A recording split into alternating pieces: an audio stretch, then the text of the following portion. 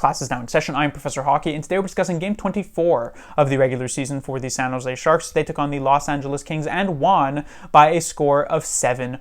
We're going to start by talking about a stat that they had on the broadcast prior to Luke Kunin actually scoring the 7th goal of the game for the Sharks. They were discussing when the last time the Sharks had actually put up 6 goals in a singular game, and I was thinking that it must not have happened for a while because the Sharks last year were so bad offensively, and yet I was surprised to learn that it actually occurred on March 5th of last year. So then I'm thinking, perhaps, I'm not cutting last year's Sharks team enough slack. Maybe they're at least a little bit better than what I remember from them. Until I learned that the Sharks actually lost that game, 7-6 to the Dallas Stars in overtime, which is just genuinely hilarious as a stat. It was massively depressing at the time, but it is funny to look back on now at just how many different ways the Sharks last year were actually able to lose games, and how many strides they have made this season in seeing some massive improvements. Sure, the Sharks are obviously still near the bottom of the standings. I believe coming into today's game, they actually had the worst points percentage in the entire league, and though they won here tonight and leapfrogged a few teams, they are still obviously in that conversation of the basement of the NHL. However, the games that they are actually playing, they're keeping it close. They're maybe within just 1 or 2 goals. They have chances of actually getting these wins, which is something that you could very rarely say at all last year. So it is still a huge step up. Now, wins-wise, they're also very, very close. In fact, just this victory here tonight, 7-2, is the first victory the Sharks have had this year that was by more than just a single goal, sort of. They did have a game against these very same Los Angeles Kings earlier on this season that they won 4-2, but that was off of an empty netter. So this is the first time without an empty netter that they do have more than a 1-goal victory. Hopefully the beginning of something that can carry forward, that we don't have to be always on the edge of our seats to see what happens with this team. Now, how the game starts off is actually the opposite of what we usually see. Most of the times it is the Sharks' opponents who are able to get on the board very, very early on. But this time it is Nico Sturm in his first game back off of IR after missing a few, who gets an early breakaway for the Sharks to give them the 1-0 lead. And this was honestly relatively well played first period for the Sharks. It's not as though they dominated, but they went blow for blow with a relatively stingy defensive team in the Los Angeles Kings. So they could be happy that they had that 1-0 lead going into the second. However, in the second, things did begin to get away from them after a pretty terrible power play to open things up. It is tied up by Brandt Clarke, and then it is Anze Kopitar who takes the 2-1 lead for the Kings. The Sharks somewhat lucky to manage to tie this one up in the second with some lucky bounces there on a Fabian Zetterlund goal, and so they head into the third period tied at 2. Now, in the previous game's third period, the Sharks got absolutely destroyed. They looked really awful in that final frame against the Buffalo Sabres, so they're obviously looking for an improvement, and an improvement they absolutely did get immediately very early on. It is Celebrini who ends up with the game winner here by making it 3-2. A minute later, if that, it is Liljegren who adds to make it 4-2, and then when the Kings fail their goaltender interference challenge, the Sharks get a power play and then a 5-on-3 power play, and it is Celebrini again who makes it 5-2. Eventually, another power play goal from Alex Wennberg makes it 6-2, and then it is Luke Kunin who makes it 7-2 in about a minute or 2 left, and that is the final score of the game. One thing that I wanted to talk about before getting to the players is that Sharks power play. On paper here, they managed to put up a couple of goals, which might look pretty good, but honestly, I was not super impressed with the Sharks power play here tonight. In fact, on that 5-on-3 that Celebrini would end up scoring on, it felt as though the Sharks were about to squander it with just some terrible, terrible plays. Even though they have 2 more players on the ice, it felt as though the Kings were way too competitive in defending in that situation. Players just getting pressured in the 5-on-3, which really should just never actually be happening. And so while the fact that they do redeem it by the end, it's not a great sign moving forward that that's kind of what is necessary to score. The Wennberg one, at the very least, it's a tip and goal, it's nice, but the Sharks power play does need to improve here for sure moving forward.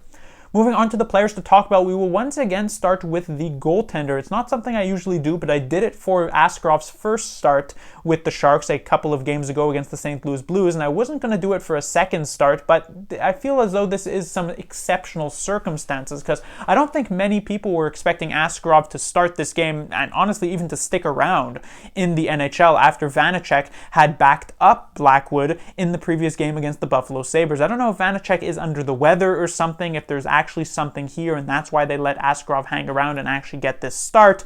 But when I had originally made a video discussing Askarov getting called up, I had gone through the possibility of this occurring, and the two options for it to actually happen would either the Sharks waive a goaltender, which is obviously not going to happen at this point, or if the Sharks decide to run with 3 goalies in the NHL. I had mentioned that that is not a long-term solution, and so if they were going to decide to do that, it was very possible that the Sharks would have a trade in the works. And obviously Mackenzie Blackwood is the ultimate candidate for that. And watching around the league here tonight, we saw the Colorado Avalanche get absolutely destroyed by the Lightning 8-2, both of their goaltenders having a terrible night. We saw the Hurricanes manage to get their victory, but they're onto their 3rd and 4th strings goalies here at this point. And so Blackwood, his value is just being raised by the fact that other teams are very clearly in desperate need of a solid goaltender for themselves. Now, this is not me fully speculating that there is a trade that is about to happen, a trade that is imminent. It is very possible that within these next few days Askarov does end up getting sent down, but it is interesting to think about the reasoning for why he is getting this second start for sure. And he was impressive here tonight, I would say. It lets in just another 2 goals, similar to what he did against the St. Louis Blues. The goal by Kopitar, he actually had to make multiple great saves before eventually it ends up going in, so can't blame him for that one. The Clark one, he probably could have had, but still not going to put too much blame. The Sharks awful defensively on that particular play, also on the Kopitar one, honestly. But then Askarov made a lot of other solid saves here tonight and was just generally, once again, very good. When it comes to the one thing that I do want to mention specifically about Askarov's game is obviously the puck handling. I tweeted out during this one that if he's going to continue to make some of the plays that he's doing, I probably won't survive the next few years with him as the starting goaltender, because indeed a lot of those puck playing moments that he had were very, very dangerous. Almost ended up backfiring in a couple of those situations, but this is something that should be encouraged for the Sharks. The Sharks' last starting goaltender, Martin Jones, I would say, the last established Sharks starting goaltender that they had, was honestly not very good at playing the puck. He was like okay, he was average. He could come out, get behind the net and make a simple pass to a defenseman, but obviously Askarov is multiple steps above, and honestly, having that goaltender who can make plays with the puck is like a cheat code. It's like having a 3rd defenseman on the ice. Goaltenders who are able to do so are just significantly better in my eyes than goalies who are unable to actually make that happen. So that is something that you want to encourage, obviously limit in some of those really dangerous areas, but it is definitely something that you want to see more of from Askarov, because if he can really polish that skill, it would be huge for San Jose moving forward. Now, when it comes to the forward group, to kind of get back on track here, we have the top line of Eklund, Zetterlund, joined by Celebrini. Now, this is not Warsofsky willingly breaking up the Lund line, but instead it is Granlund who actually misses tonight's game. I talked about how he did seem to be a little bit off in that previous game against the Buffalo Sabres, and I mentioned how perhaps it might be best for the Sharks to give him a night off if indeed something is ailing him, and that is the direction the Sharks decided to take. So Celebrini gets the bump up here, no surprise there. He's obviously the best possible choice for this situation. And honestly, when it comes to these 3 players, there wasn't a ton of chemistry. They were all individually pretty good here tonight, but you could see in multiple different moments, Eklund passing to nobody, Celebrini passing to nobody, that it was something that they flowed a lot better when it was Granlund in this position. Not to the fault of Celebrini, but it just feels as though those other 3 players were very much in sync, and Celebrini not so much. However, like I said, from an individual standpoint, things did look good. We'll start off with Macklin Celebrini.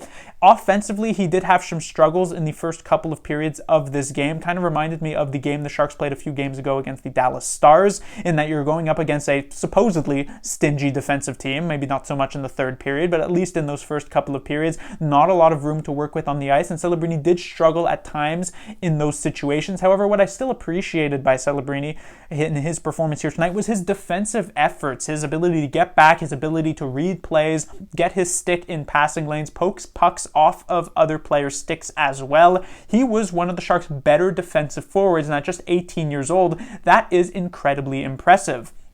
I also want to talk about Macklin Celebrini's willingness to be physical. Obviously, he's not leading the Sharks in hits. In fact, I imagine he's right near the bottom in terms of hits on the entire Sharks roster. But the fact that he is willing to get engaged physically at times with certain players. We saw him knock a couple of Kings players down here tonight, but I also want to go back to what he did the other night against the Buffalo Sabres when he's chasing after a puck in the offensive zone. He's got JJ Peterka coming at him, and it looks like Celebrini's going to pick up this puck. He's going to eat a hit from Peterka, get separated from the puck, and that'll be that. But Celebrini makes a smart move. He slows down, and then he knocks down his man. He just essentially bullies Peterka off of the puck, and then it doesn't end up ending up with a Sharks chance or even Sharks possession, but it looked like a good play, I would say. So Celebrini actually not just being a solid defensive guy, but then also getting involved physically is very, very good signs of things to come. And then because of these smart plays, you know what they say, good defense leads to offense, he gets rewarded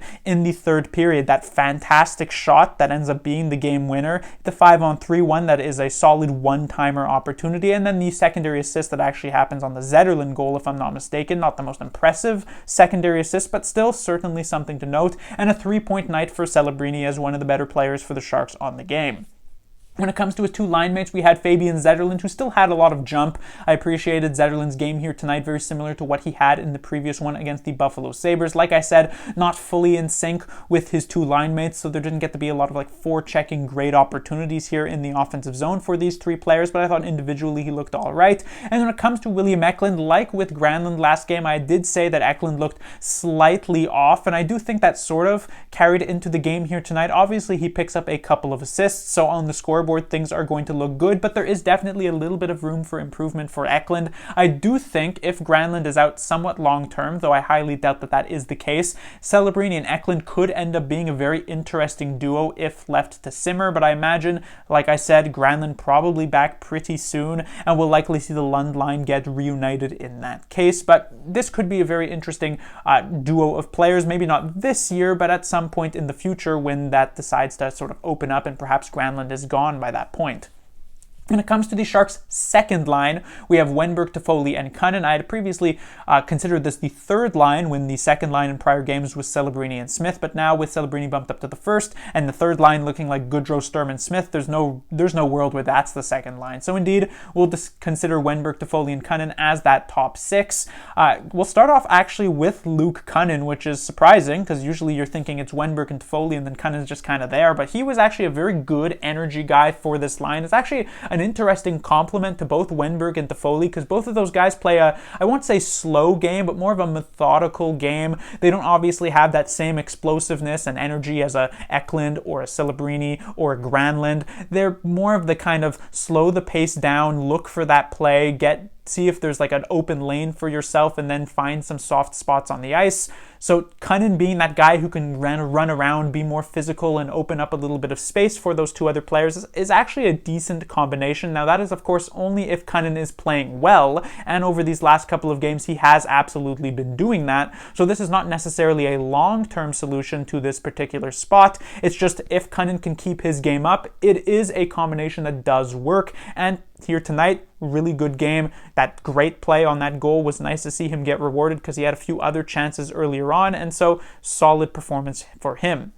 When it comes to Alex Wennberg, I continue to like a lot of the little things that Wennberg does. His ability to just be a nuisance in the defensive zone, his ability to protect the puck and manage to separate players. He's got some great stick lifting moves. We've seen his poke checks. We've seen his puck protections of just stick handling wise. So there's a lot to like about Alex Wennberg. Then he wins a clean face-off and gets a nice tip-in goal. This feels like one of the first tip-in goals that the Sharks have actually purposely had this season. Sometimes there's pucks that just kind of go off a player in front, but actually off a stick and in intentional, like a Joe Pavelski style. We really haven't seen much at all thus far this season, so Wennberg being a bit of a trendsetter in that area, but he continues to just genuinely be a pretty solid signing for the Sharks. It didn't start off that way at the beginning of the season. You weren't super impressed with him for sure, but he's gotten better and better and better, and now he's looking like somewhat worth, I guess, the $5 million that the Sharks are paying him.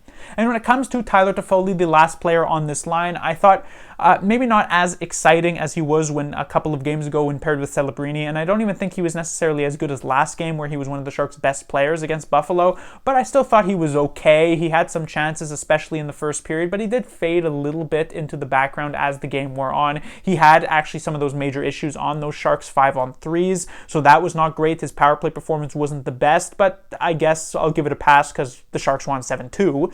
And then when it comes to the Sharks' third line, we have Gaudreau, Sturm, and Will Smith.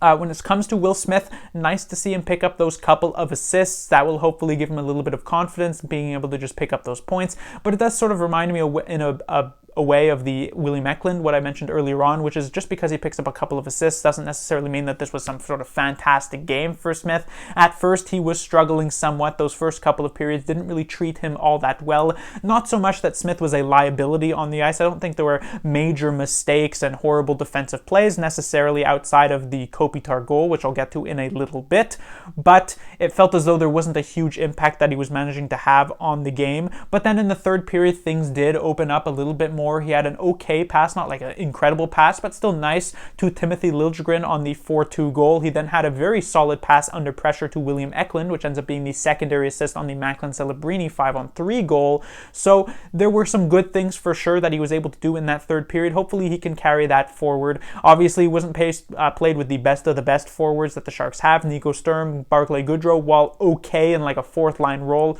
not so much to be more offensive guys. So you could point to that being the reason why Smith didn't have a ton of success in those first couple of periods. But individually, I don't think he was outstanding in the first 40. To speak about the defensive issues on this third line for the second Kings goal, it definitely needs some work. Nico Sturm, very stagnant in front of the net. Barclay Goodrow and Will Smith, very slow on the back check. Maybe that's to be expected from Smith, but Goodrow, you're expecting more of an effort there. When it comes to actually Barclay Goodrow, he also was the slow start, unsurprisingly, for 40 minutes, but he didn't even bring it back in those last 20 minutes, so he was probably one of the least effective players for the Sharks here tonight. And then when it comes to Nico Sturm, I liked that he obviously managed to get this breakaway goal right at the start, put the Sharks on the board, help build some momentum right out of the gate here for San Jose. Otherwise, as the game wore on, it's not as though he did a lot for San Jose, and of course I didn't really like his effort on that Kopitar goal, but generally I can't say horrible things. Again, it's a 7-2 win.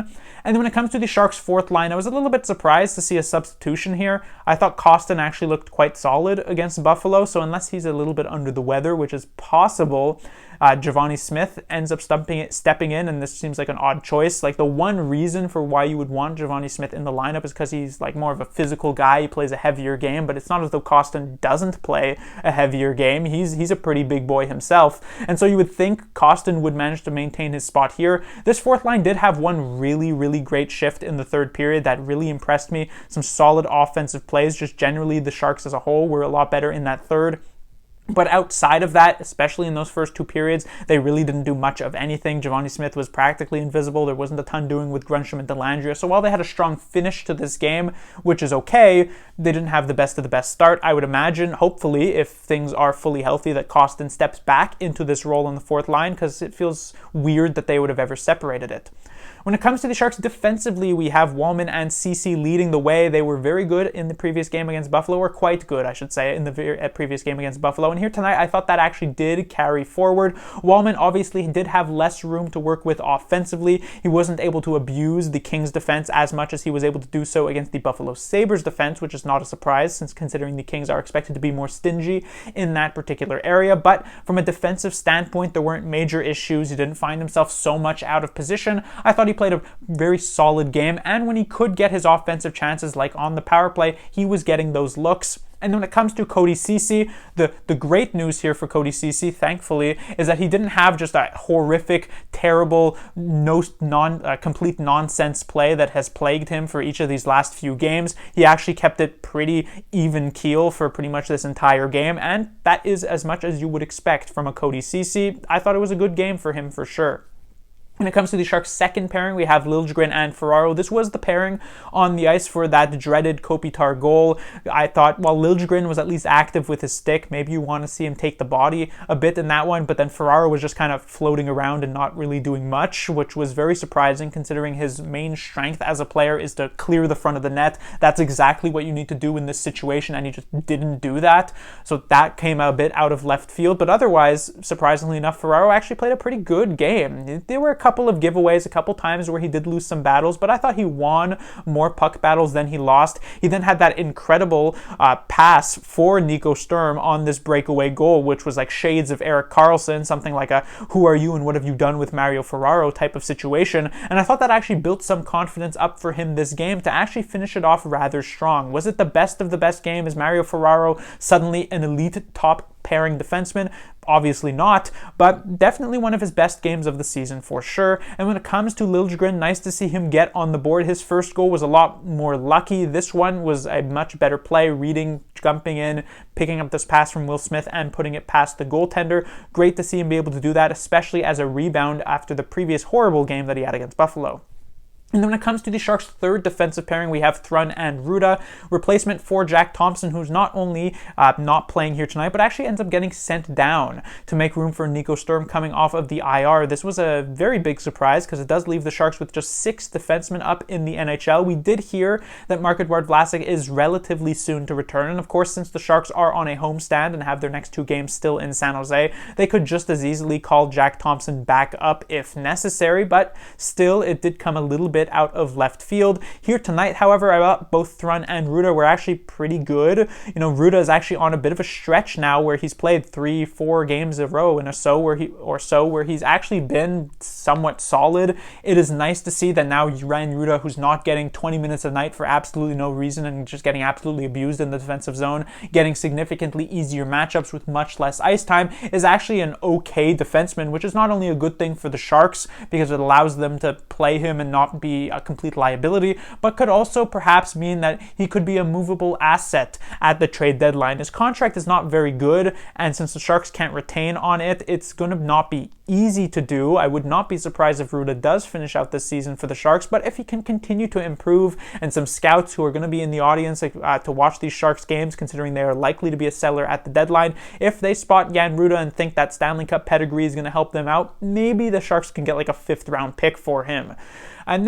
But that will do it for this review. The Sharks will be back in action on Wednesday. They'll be taking on the Ottawa Senators, a team who has not been all that great defensively, who has been letting in some goals. At least they haven't been all that great goaltending-wise. And we shall see if the Sharks can carry this offensive momentum into that game.